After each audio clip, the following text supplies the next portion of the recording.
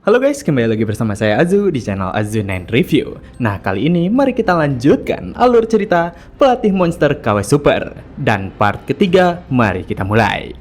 Dengan target untuk mengejar ketertinggalan, terlihat jika Jinu telah mempersiapkan semuanya. Jadi apa yang perlu dirinya lakukan selanjutnya adalah menemukan lokasi dungeon, yang mana karenanya Jinu mencoba mencarinya lewat Google Search.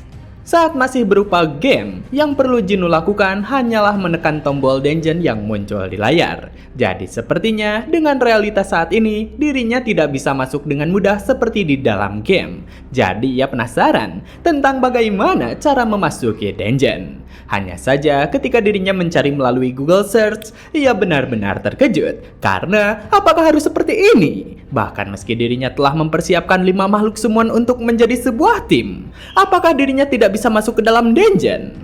Tentang gerbang dungeon, itu akan muncul secara random, dan seseorang bisa mengetahui kesulitan dungeon melalui energi yang dipancarkannya. Tapi peraturannya telah berubah, jadi tidak peduli seberapa mudahnya dungeon itu, hanya seseorang yang secara resmi telah terdaftar sebagai player sajalah yang diizinkan untuk memasukinya. Dengan aturan tersebut, Jinu benar-benar tak berdaya karena dirinya bukan seseorang yang telah terdaftar sebagai player. Jadi, mengetahui akan itu, dirinya benar-benar tidak beruntung. Bahkan ia penasaran mengapa dirinya harus terbangkitkan saat setelah aturannya diubah. Di saat Jinu begitu tertekan, Ramba langsung menyemangatinya, dimana ketika melihatnya, setidaknya Jinu sedikit mendingan. Jadi ia berterima kasih kepadanya. Hanya saja selanjutnya dirinya dikejutkan oleh panggilan telepon, dimana adiknya bertanya, kapan kakaknya pulang? Bahkan ibunya juga bertanya tentang apa yang akan mereka makan untuk makan malam ini. Dan Jinu membalas jika dirinya akan makan sendiri. Namun ia kemudian mempertanyakan sesuatu kepada adiknya. Apakah untuk memasuki dungeon perlu melakukan pendaftaran player? Dimana di saat kakaknya menanyakan hal tersebut, Jin sedikit terkejut karena ternyata ia lupa memberitahukan hal itu kepada kakaknya. Jin juga menjelaskan jika peraturan itu baru dibuat akhir-akhir ini karena dengan banyaknya orang yang tewas di dalam dungeon, pemerintah harus turun tangan secara langsung. Meski ia tidak bisa memberitahukan kejadian pastinya, namun situasi sebelum peraturan tersebut muncul sangatlah kacau. Itulah mengapa saat ini pemerintah menempatkan staf di depan dungeon. Jadi para player tidak boleh masuk tanpa izin. Dengan penjelasan tersebut, Jinu mengetahui jika hal ini sedikit merepotkan. Dan karena ia sudah melakukan pencarian informasi, ada semacam tes untuk mendapatkan izin agar dapat memasuki dungeon, di mana tesnya melibatkan sebuah pertarungan dan proses pendaftarannya sendiri terlihat cukup rumit. Yang mana mengetahui aturan itu dibuat oleh pemerintah, Jinu penasaran apakah mengontrol jumlah player memang memungkinkan. Di mana ia berpikir jika semua orang menjadi player lalu dibutakan oleh uang, pasti keretakan dalam sistem sosial takkan bisa dihindari. Mengalihkan akan itu, Jin lanjut berkata jika sebenarnya ada sistem ranking yang telah muncul, di mana itu merupakan sistem ranking top 100 di dalam negara dan juga internasional. Juga setiap tahunnya selalu diperbarui. Tapi negara kita, negara Korea Selatan, bahkan tidak termasuk ke dalam ranking dunia. Dan itu merupakan ranking yang sangat menyedihkan. Jadi Jin berandai-andai jika sang legenda God Jinu muncul, ranking negara Korea Selatan pasti akan meningkat. Di mana Jinu yang mendengarnya, ia pun berpura-pura mengiyakan perkataan adiknya. Serta selanjutnya dirinya mematikan teleponnya dan berterima kasih kepadanya. Jadi setelah sambungan telepon berakhir, Jinu hanya dapat menarik nafas panjang. Karena sepertinya ia perlu mendaftar sebagai player. Tapi karena hari sudah malam, pada akhirnya Jinu memutuskan untuk kembali ke rumahnya.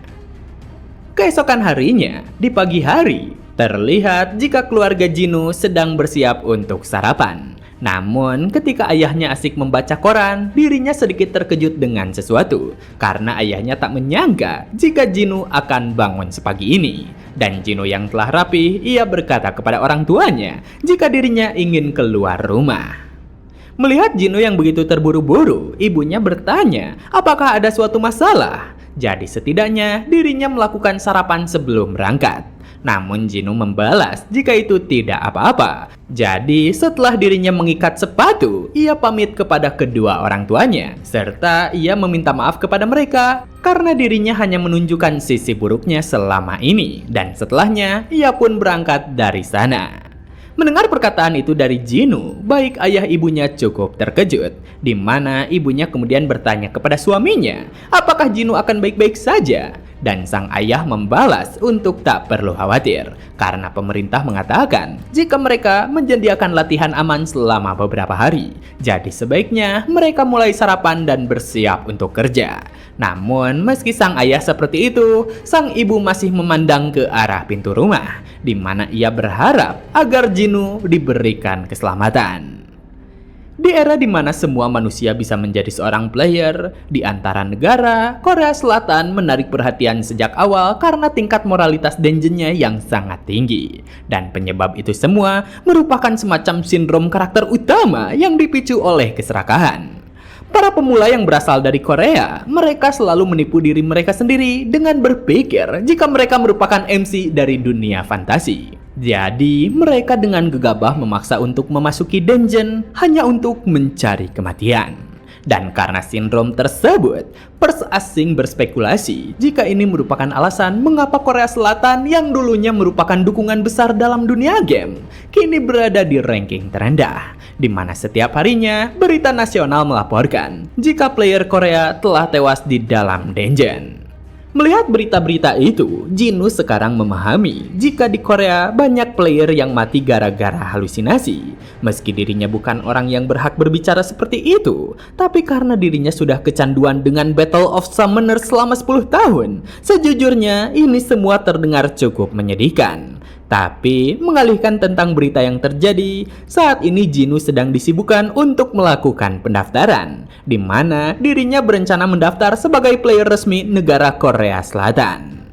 Setelah menyerahkan formulir yang diperlukan, Jinu bertanya kepada sang petugas tentang berapa banyak orang yang bisa diterima sebagai player. Tapi si petugas membalas jika hanya orang yang lolos di ujian final saja yang bisa menerima titel player. Yang mana dari perkataannya, Jinu pun mulai memperhatikan setiap orang. Karena bukankah di tempat ini ada sekitar 1.000 orang yang mendaftar? Jadi sepertinya untuk dapat menjadi player resmi tidaklah mudah. Yang mana ia berpikir, jika dirinya bahkan tidak bisa lolos ujian, apakah dirinya layak dipanggil sebagai salah satu One Heaven 5 Emperor?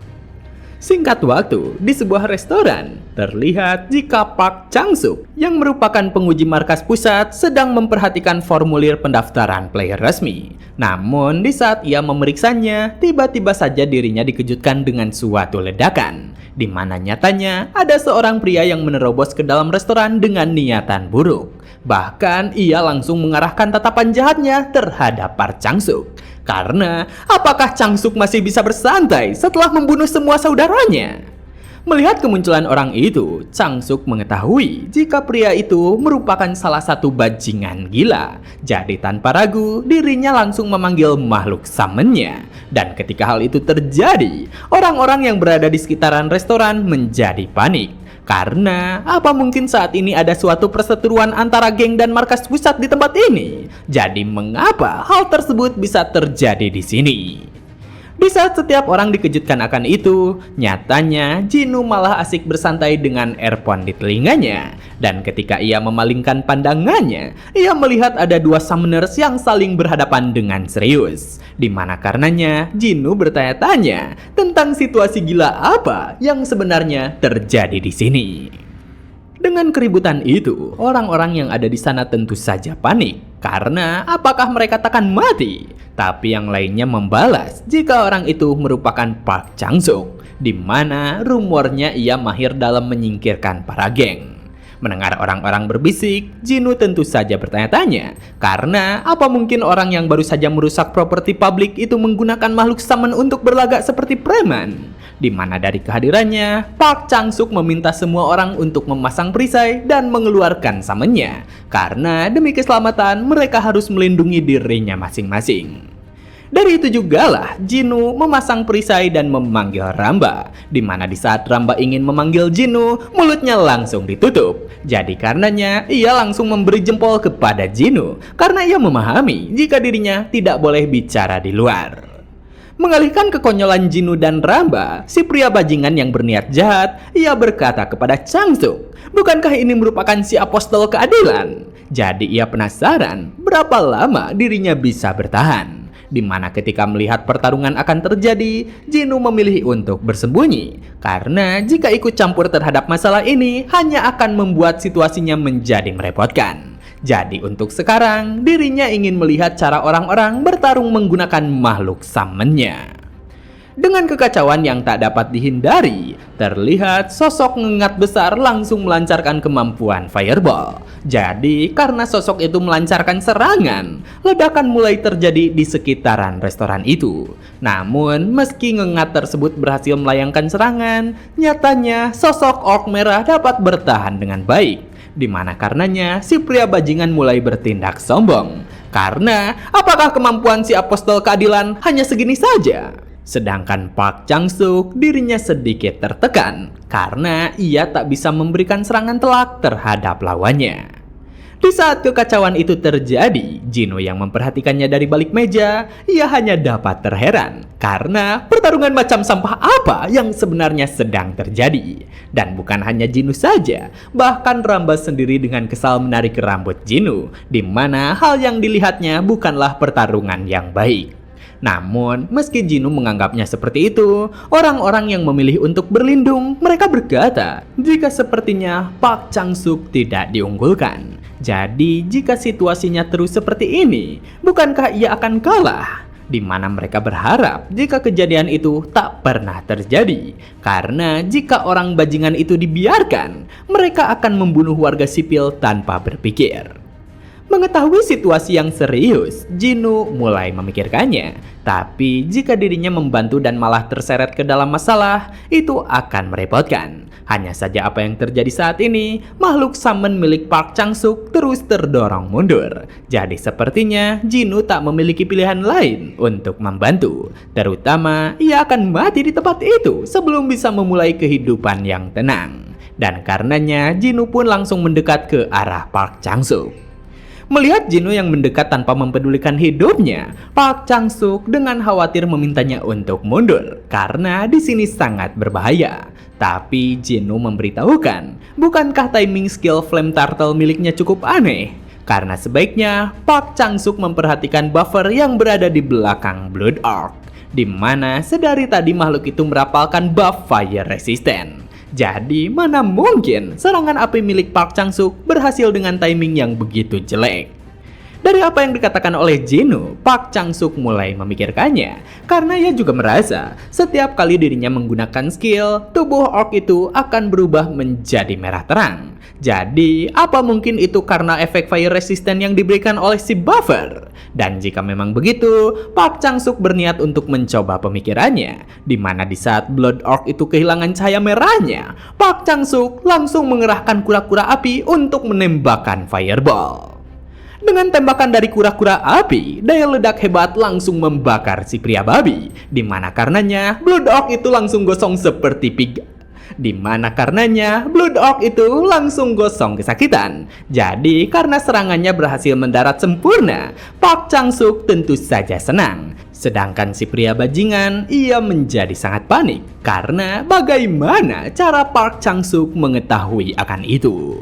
Namun, di saat si pria bajingan begitu panik, akar rambat muncul dari bawah bangunan dan berhasil mengikat si buffer serta makhluk summon yang lainnya. Di mana selanjutnya, makhluk summon milik Park Changsuk langsung melancarkan serangan api kuatnya terhadap musuh. Jadi, karena buffer fire resistance telah menghilang, makhluk summon si pria bajingan tak dapat mempertahankan dirinya. Dan karena semua makhluk panggilannya telah menghilang, dengan panik si pria bajingan berkata, jika dirinya menyerah, jadi ia akan menyerahkan diri ke pengadilan. Tapi mau seberapa keras si pria bajingan memohon, Park Chang-suk memerintahkan summon akarnya untuk mengikat pria itu. Di mana ia berkata dengan serius, seharusnya si pria bajingan mengetahui jika anggota geng harus dieksekusi di tempat. Jadi tanpa belas kasihan, Park Chang-suk langsung membunuhnya begitu saja. Dengan keberhasilan Park Chang-suk dalam menangani anggota geng, orang-orang yang ada di sana menghela nafas lega karena mereka selamat berkat hal itu. Jadi mereka memberikan pujian terhadapnya, serta mereka juga mengutuk para bajingan geng sialan yang telah mati, di mana player dari markas pusat memang yang terbaik.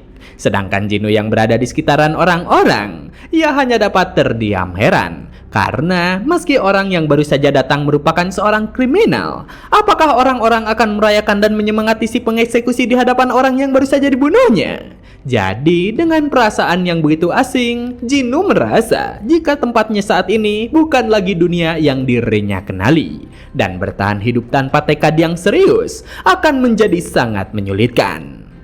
Di saat Jinu memikirkan tentang itu semua, tiba-tiba saja Park Chang-suk mendekat ke arahnya, serta ia mengungkapkan rasa terima kasihnya karena Jinu telah membantu. Jadi, ia memperkenalkan diri sebagai anggota Dewan Park Chang-suk dari markas pusat player. Dan berkat bantuan Jinu, dirinya berhasil mengeksekusi kriminal itu.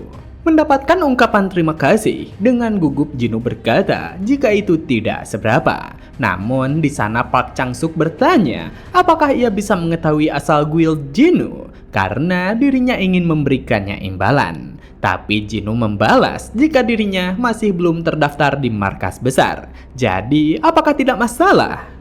Mengetahui jika Jinu tidak tergabung dengan markas pusat player, Park Chang-suk benar-benar terkejut. Karena apakah Jinu belum terdaftar secara resmi? Terutama, bukankah ia bisa langsung mengenali buff summon dengan mudah ketika jenis buff summon sangat banyak? Jadi dengan perasaan terkejut, Park Chang-suk berkata, apakah Jinu memiliki kartu identitas? Karena setidaknya dirinya bisa memverifikasi identitas miliknya. Jadi dari hal tersebut, Jinu memberikan KTP miliknya. Dengan diperlihatkan KTP itu, Park Chang-suk berkata, setelah pemeriksaan latar belakang, Jinu akan diberikan imbalan sesuai dengan regulasi yang berlaku. Jadi karena hal tersebut, Jinu pun iya-iya aja. Serta karena dirinya tidak memiliki banyak waktu luang, ia pamit pergi terlebih dahulu. Di mana di saat Jinu pergi dari sana, Park Chang-suk memperhatikannya dengan serius. Juga karenanya, Park Chang-suk langsung menghubungi rekannya, di mana ia memberitahukan jika dirinya telah memberikan data seseorang. Jadi dengan hal itu, ia meminta rekannya untuk mencari informasi tentangnya. Singkat waktu, di area taman, terlihat jika Jinu memberikan sebuah roti kepada Ramba. Karena dengan Ramba yang tidak diperbolehkan bicara, ia mengetahui jika Ramba pasti cukup kesal. Dan melihat Jinu yang memberikan roti, Ramba menjadi sangat senang. Di mana dengan perasaan senang itu, Jinu melihatnya dengan penuh senyum. Karena tentang Ramba, pola pikirnya begitu sederhana. Jinu sendiri sebelumnya pernah melihat artikel di forum jika beberapa player terkadang berdebat dengan makhluk summon mereka. Tapi untungnya, Ramba sudah bisa senang hanya dengan satu roti krim saja. Jadi setidaknya Jinu bisa menjaga hubungan baik miliknya dengan Ramba. Tapi mengalihkan perasaan senang itu, Jinu masih kepikiran dengan apa yang sebelumnya terjadi. Karena apakah takkan ada hal buruk yang akan terjadi kepadanya? Terutama awalnya ia tidak berniat untuk ikut campur. Tapi jika dirinya tidak turun tangan, ia merasa jika Park Chang-suk akan kalah dan akhirnya orang-orang yang ada di sana akan mati. Jadi mengetahui jika tindakan kriminal bisa terjadi kapan saja, Jinu merasa jika dunia ini sudah berubah sangat banyak. Dan jika norma hidup telah sangat berubah, sepertinya Jinu tak bisa menunda hunting ke dalam dungeon lebih lama lagi. Jadi untuk saat ini, apa yang perlu Jinu lakukan adalah mengumpulkan summoning scroll sebanyak-banyaknya, di mana ia akan mencoba memanggil makhluk summon miliknya secepat mungkin. Dan prioritas utamanya adalah mendapatkan drill instructor dan juga explosion dragon mag. Karena dengan mereka yang asalnya berada di kelas E dan kelas D, seharusnya Jinwoo bisa mendapatkannya dari low grade summoning scroll. Jadi setelah semua rencananya itu, Jinwoo tentu saja sangat bersemangat, di mana ia mengajak Ramba untuk segera bergerak. Dan begitulah part kali ini telah selesai. Jangan lupa like jika kalian suka dengan konten yang kami bawakan. Serta terima kasih banyak kepada kalian semua yang telah menonton video kali ini. Saya Azu dan sampai jumpa kembali di video berikutnya.